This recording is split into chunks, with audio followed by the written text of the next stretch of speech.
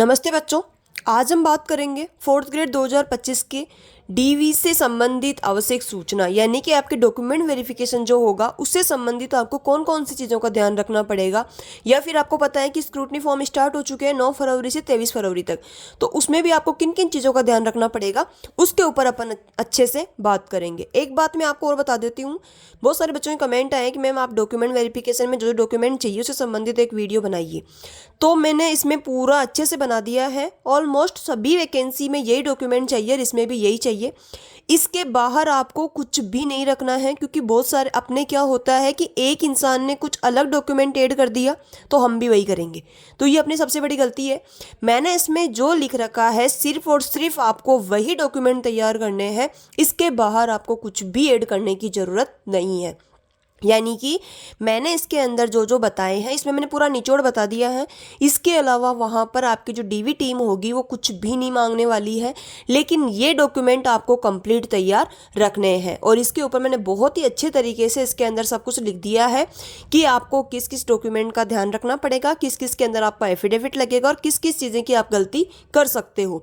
तो वीडियो को पूरा देखना, तभी आपको समझ में आएगा। स्किप करके अगर आप देखोगे तो आपको समझ में नहीं आएगा। और अगर आप पहली बार इस चैनल पर विजिट कर रहे हो तो चैनल को सब्सक्राइब जरूर करें और लाइक करें।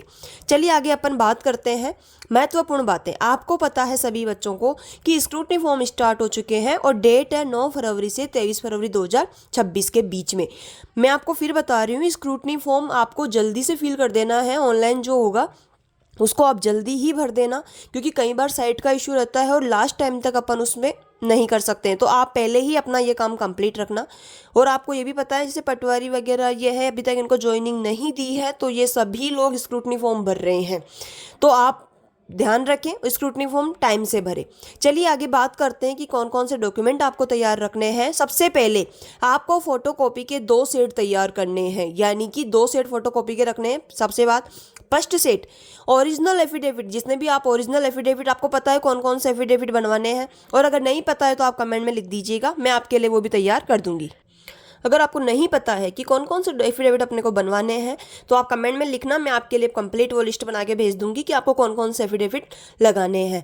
Plus original 2 CC character certificate जो होते हैं, राजपत्रित अधिकारी उस पर साइन करते हैं। इनके फर्स्ट ग्रेड के जो टीचर होते हैं, लेक्चरर होते हैं, वो उस पर साइन कर देते हैं। किसी से भी आप करवा सकते हो। क्वालिफिकेशन की कॉपीज, बाकी आपने जो भी इसके अंदर डॉक्यूमेंट ऐड किए हैं, 10th 12th graduation post graduation जो भी आपने ऐड किया है, उन सभी की कॉपी जिसके अंदर आपको लगानी है। सेकंड सेट जो बनेगा आपका टोटल फोटोकॉपी सभी का, इन एफिडेविट का भी, ओरिजिनल सीसी सभी का आपको फोटोकॉपी सेट, पूरी क्वालिफिकेशन जो भी आपने इसके अंदर ऐड करी है सभी का आपको क्या लगाना है, फोटोकॉपी लगानी है। और 2 सेट आपको इस प्रकार से तैयार रखना है। और मैं तो आपको एक बार ये भी कह रही हूँ कि आप एक और सेट इनका बना के रखना, डॉक्यूमेंट वगैरह का, डॉक्यूमेंट का यानी कि जो क्वालिफिकेशन आपकी, इनका आप एक सेट और तैयार कर लीजिए। बाई चांस अगर कोई मिस्टेक हो जाती है तो आपके पास में हमेशा एक सेट एक्स्ट्रा रहना चाहिए।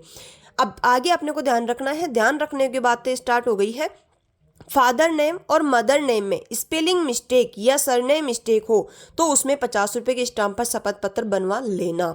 आपको मैं बता दूं, अगर आपके डॉक्यूमेंट में यानी कि आपने जो फॉर्म फिल किया था या किसी भी मार्कशीट में या किसी में भी अगर आपके पिता का नाम या माता का नाम स्पेलिंग मिस्टेक है या फिर सरनेम मिस्टेक है तो 50 रुपये के स्टाम्प पर आप पहले ही बनवा करके अभी रख लीजिए, क्योंकि वहाँ अगर आप बनाओगे तो आपको पता है कि वहाँ पर बहुत डबल फीस लेते हैं। यहाँ 150 में बन जाएगा तो वहाँ 300 में बनवाएंगे। तो आप पहले ही ये पक्का 100% आपको बनवाना है। अगर आप ये नहीं बनवाएंगे अभी तो आपको वहाँ बनवाना पड़ेगा। तो ये आपको विशेष ध्यान रखना है। अगर आपके फादर नेम और मदर नेम में मिस्टेक है, स्पेलिंग मिस्टेक, तो आप 50 रुपये का स्टाम्प अभी बनवा लीजिए। RACIT में स्कॉलर या लर्नर कोड की जगह अगर मार्कशीट सीरियल नंबर भी डाल दिए हो तब भी कोई दिक्कत आपके नहीं आने वाली है। बिल्कुल घबराने की ज़रूरत नहीं है। अगर वहाँ बोलते हैं तो एफिडेविट दे देना, कोई बड़ी बात नहीं है, इसमें एफिडेविट आपके लग जाएगा।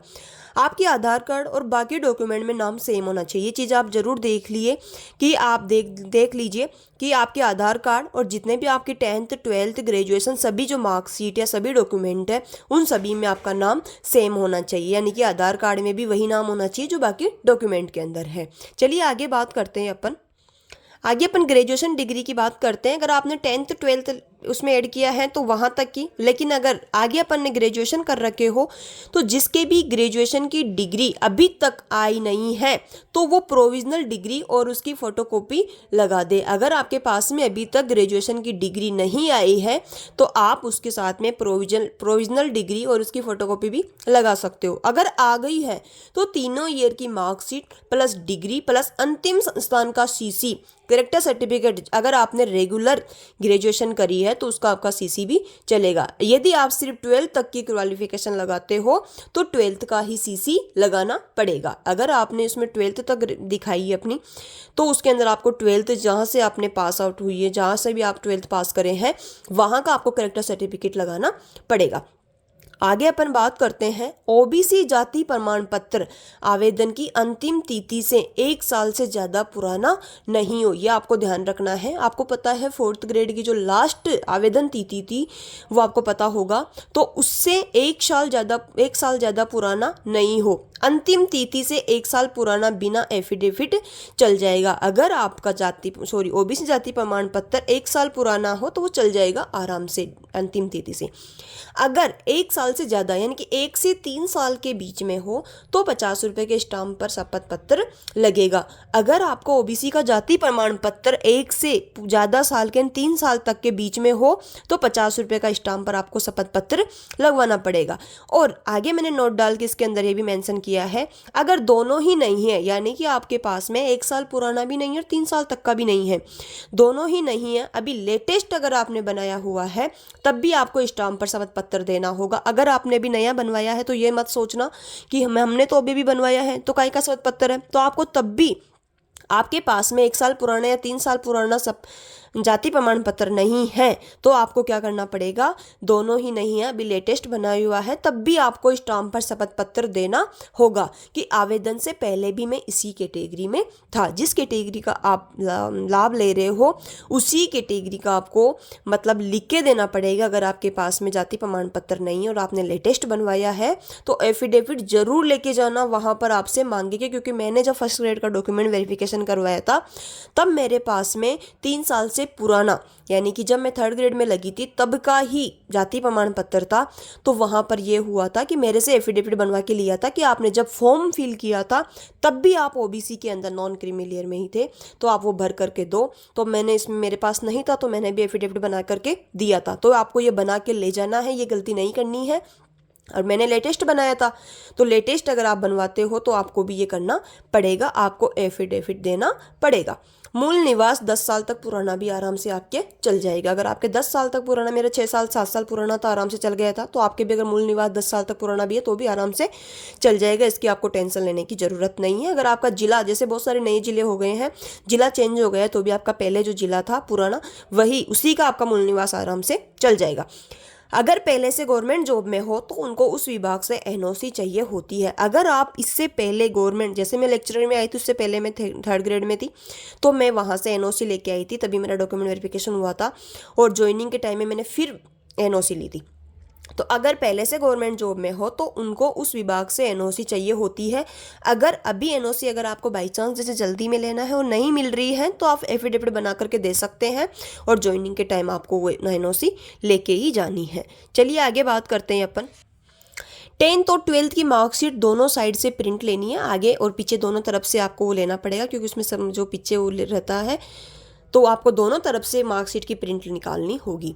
आगे है संतान संबंधी घोषणा पत्र सभी को सादे कागज पर भरना है। जिनके बच्चे नहीं हैं उनको शून्य करना है और राजपत्रित अधिकारी के सिग्नेचर के साथ में, यानी कि आपको 1st ग्रेड जो भी लेक्चरर टीचर है उनका आपको उस पर साइन करना है। यानी कि संतान संबंधी आपको घोषणा पत्र सादे कागज पर भरना है और जिनके कुछ बच्चा नहीं है उनको शून्य भर करके देना है, लेकिन देना है।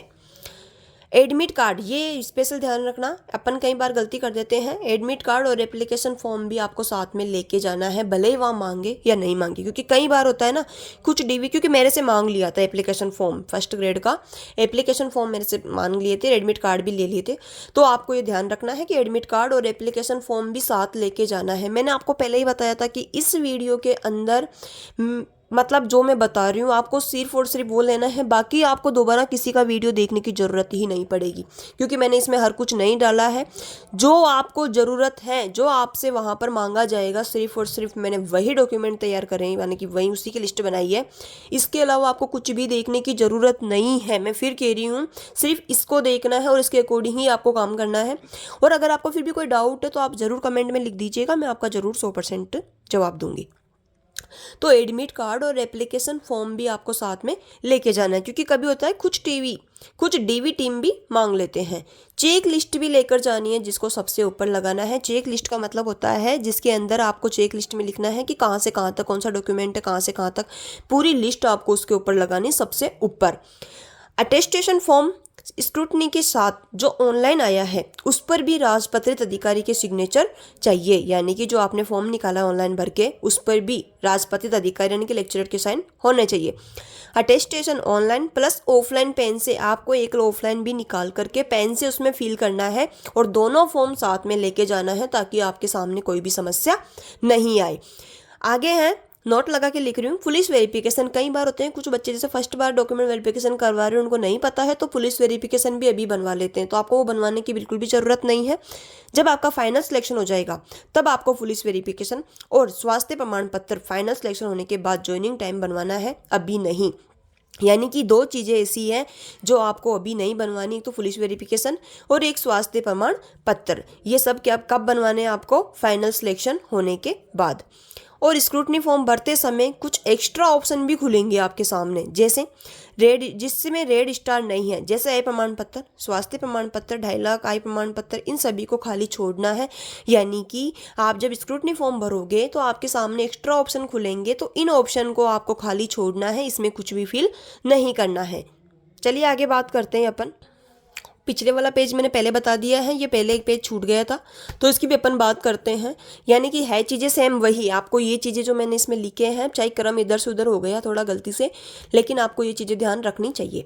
अगर सीसी लेटेस्ट क्वालिफिकेशन का लगाओगे तो उसकी मार्कशीट और डिग्री भी आपको मेंशन करना पड़ेगा। जैसे आप ग्रेजुएशन कर रहे हो और उस ग्रेजुएशन से आप लास्ट रेगुलर कर रहे हो और उसमें अगर आप कैरेक्टर सर्टिफिकेट लेके आ रहे हो तो आपको ध्यान रखना पड़ेगा कि जिस साल का आप सीसी लेके आ रहे हो उसी की आपको मार्कशीट और डिग्री भी उसमें मेंशन करनी पड़ेगी। इसीलिए जिस कॉलेज का सीसी लगाओगे उसकी क्वालिफिकेशन जरूर दर्शाए। ये गलती आपको बिल्कुल भी नहीं करनी है। दो अलग अलग राजपत्रित अधिकारी फर्स्ट ग्रेड के साइन किए हुए दो अलग अलग सीसी होने चाहिए, ये भी याद रखना है आपको। ये नहीं, अपन कई बार ऐसी गलती हो जाती है अपने फर्स्ट बार जब अपन डॉक्यूमेंट वेरिफिकेशन करवा रहे होते हैं तो अपने क्या करते हैं, एक ही लेक्चरर से दो सीसी बनवा लेते हैं। तो आपको ये ध्यान रखना है कि दो लेक्चरर अलग अलग होने चाहिए और दोनों के अलग अलग सीसी होने चाहिए। जो विधवा है, परित्यक्ता है या स्पेशल पर्सन या स्पोर्ट्स पर्सन आदि के सर्टिफिकेट, ये इंपॉर्टेंट है, आवेदन की अंतिम तिथि से पूर्व का ही मान्य होगा। यानी कि जब 4th ग्रेड की लास्ट डेट थी उससे पहले के आपके पास में इनके सर्टिफिकेट होने चाहिए, तभी आपको मान्य होगा, नहीं तो आपको मान्य नहीं होगा। जो वीडो डाइवोर्स कैटेगरी की महिला है उनको एक शपथ पत्र बना के देना पड़ेगा कि मैंने अभी तक शादी नहीं की और भविष्य में शादी करूंगी तो आपको सूचना जरूर दूंगी, यानी कि सर्विस बुक में मेंशन करवा दूंगी। शादीशुदा महिला को मूल निवास, और ये वेरी वेरी इंपॉर्टेंट, ये आपको बिल्कुल ध्यान रखना है, ये बहुत ही ज़्यादा इंपॉर्टेंट है।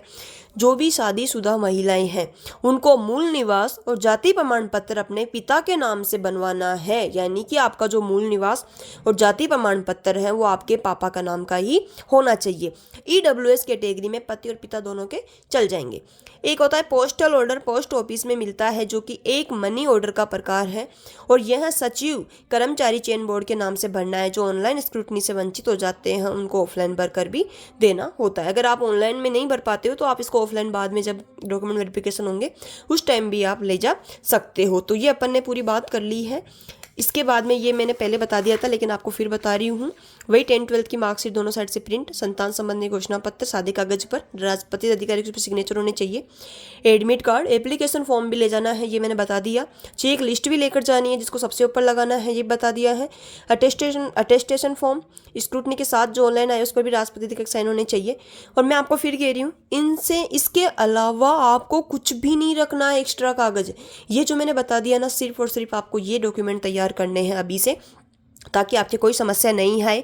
इसके अलावा एक्स्ट्रा फालतू लगाने की ज़रूरत आपको बिल्कुल भी नहीं है और घबराने की ज़रूरत बिल्कुल भी नहीं। डॉक्यूमेंट वेरिफिकेशन जो होते हैं डीवी टीम होती है वो आपको बहुत ज़्यादा कोऑपरेट करती है। बस आपको ये डॉक्यूमेंट लेके जाने, इसके अलावा आपकी छोटी मोटी मिस्टेक होगी तो आराम से, कोई दिक्कत नहीं आती है। बहुत अपने को कोऑपरेट करते हैं वो, और आपको बिल्कुल भी घबराने की ज़रूरत नहीं। जिन्होंने पहले से डॉक्यूमेंट वेरिफिकेशन करवा रखा है उनको तो बिल्कुल भी डर नहीं लग रहा होगा, लेकिन जो फर्स्ट टाइम डॉक्यूमेंट वेरिफिकेशन करवा रहे हैं उनको भी बिल्कुल भी डरने की ज़रूरत नहीं है।